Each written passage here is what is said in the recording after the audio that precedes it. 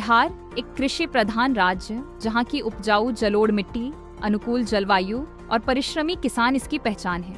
आज सब्जी की खेती बिहार के किसानों के लिए आय संवर्धन का एक सशक्त और भरोसेमंद माध्यम बन चुकी है। यहाँ की एग्रो क्लिमेटिक परिस्थितियाँ सब्जी उत्पादन के लिए अत्यंत अनुकूल हैं, जिसके कारण किसान वर्ष भर मौसमी एवं ऑफ सीजन सब्जियों की सफल खेती कर रहे हैं।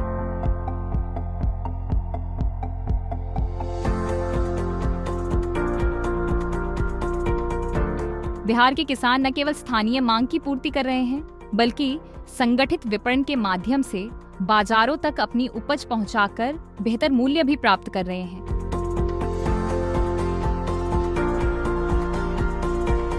बिहार में सब्जी उत्पादन की अपार संभावनाएं हैं। ठंडी और आर्द्र जलवायु फूल गोभी, पत्ता गोभी और ब्रोकली की खेती के लिए आदर्श है। ये सब्जियां न सिर्फ पोषण से भरपूर हैं, बल्कि बाजार में अच्छा मूल्य देती है। लेकिन पारंपरिक तरीकों से लागत ज्यादा और उपज कम होती थी। अब आत्मा ने जैविक और आधुनिक तकनीकों से बदलाव लाया है।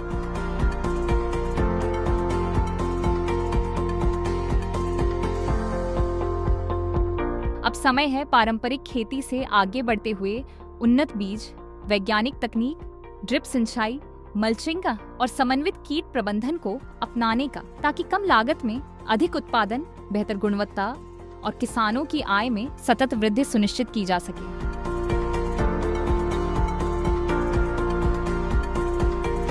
जैसा कि हम जानते हैं कि सब्जी जो है वो बहुत जल्दी खराब हो जाती है और 20 से 30% सब्जियां जो उचित प्रबंधन के अभाव में वो खराब हो जाती हैं। उसको अगर हम उचित तरीके से प्रबंधन करें तो उसका जो शेल्फ लाइफ या जो उसका जो अवधि है उसको हम बढ़ा सकते हैं। तो सबसे पहले सब्जियों की तुड़ाई के उपरांत उसको अच्छे से सफाई करके उसको रखें।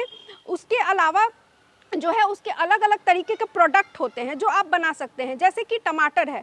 टमाटर जो है वो एक जल्दी ख़राब होने वाली सब्ज़ी है, उसका आप अलग अलग तरीके से प्यूरी हो गया, सॉस हो गया, ये सब बनाकर आप लंबे समय तक उसका इस्तेमाल कर सकते हैं। आलू अगर काफ़ी मात्रा में है आपके पास तो उसका चिप्स बनाकर आप भविष्य में इस्तेमाल के लिए उसको स्टोर कर सकते हैं।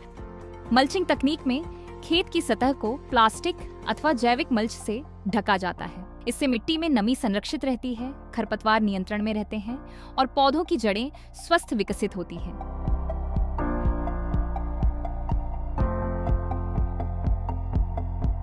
टमाटर, मिर्च, खीरा और तरबूज जैसी सब्जियों में मल्चिंग अपनाने से 25 से 40% तक उत्पादन में वृद्धि दर्ज की गई है। साथ ही फसल की गुणवत्ता और बाजार मूल्य भी बेहतर होता है। तो आत्मा में हम लोग गए, मल्चिंग के बारे में समझाया, मैंने जो भी हुआ उसके बाद में हम लोग आए, उसके बाद में खेती की है। जंगल पतवार जो होता है सोहनी कोरनी नहीं होता है और उसके बाद फसल अच्छा होता है। बैगन, टमाटर, फूल गोभी, बंदा गोभी, जितना वैरायटी है, शिमला मिर्च सब लगाते हैं। अभी हम लोग खीरा लगाए हैं, टमाटर लगाए हैं। कवर छिड़ते हैं तो उसमें कीड़ा कोई नहीं लगता है। कोराजिन छिड़ते हैं तो ये सब टमाटर के लिए, बैगन के लिए ये सब दवाई उपलब्ध अच्छा है। ड्रिप इरिगेशन तकनीक के माध्यम से पानी और उर्वरक सीधे पौधों की जड़ों तक पहुंचते हैं, जिससे 40 से 60% तक जल की बचत होती है और पोषक तत्वों का अधिकतम उपयोग सुनिश्चित होता है।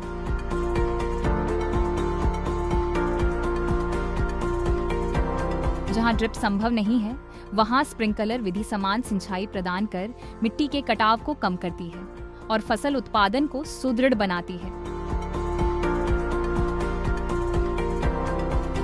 संरक्षित खेती, पॉली हाउस और उन्नत नर्सरी प्रबंधन किसानों की आमदनी बढ़ाने के नए अवसर खोल रहे हैं। आत्मा से जो ट्रेनिंग लेके जो आते हैं तो वहाँ यह मिलता है कि पहले लोग पुराने ढांचा से खेती करते थे, जैसे मार्च में लगाना। अब वहाँ सिखाया जाता है जो अन सीजन खेती करना है। जैसे हम लोग अक्टूबर में लगा देंगे जो अभी से फलना शुरू हो जाएगा। अभी लगाएंगे तो वो जाके सब के एक बेर होगा तो वहाँ पर तो घाटा हो जाएगा। तो इसलिए प्रशिक्षण वहाँ दिया जाता है जो ऐसे आप लोग करिए, जब फायदा होगा, बेनिफिट होगा। और इसके लिए हम लोग आत्मा को धन्यवाद देते हैं। सरकारी योजनाओं के सहयोग से महिला किसान और स्वयं सहायता समूह भी सब्जी उत्पादन से आत्मनिर्भर बन रहे हैं। सब्जी की खेती आज बिहार में रोजगार सृजन, पोषण सुरक्षा और किसानों की आर्थिक मजबूती का सशक्त आधार बन चुकी है।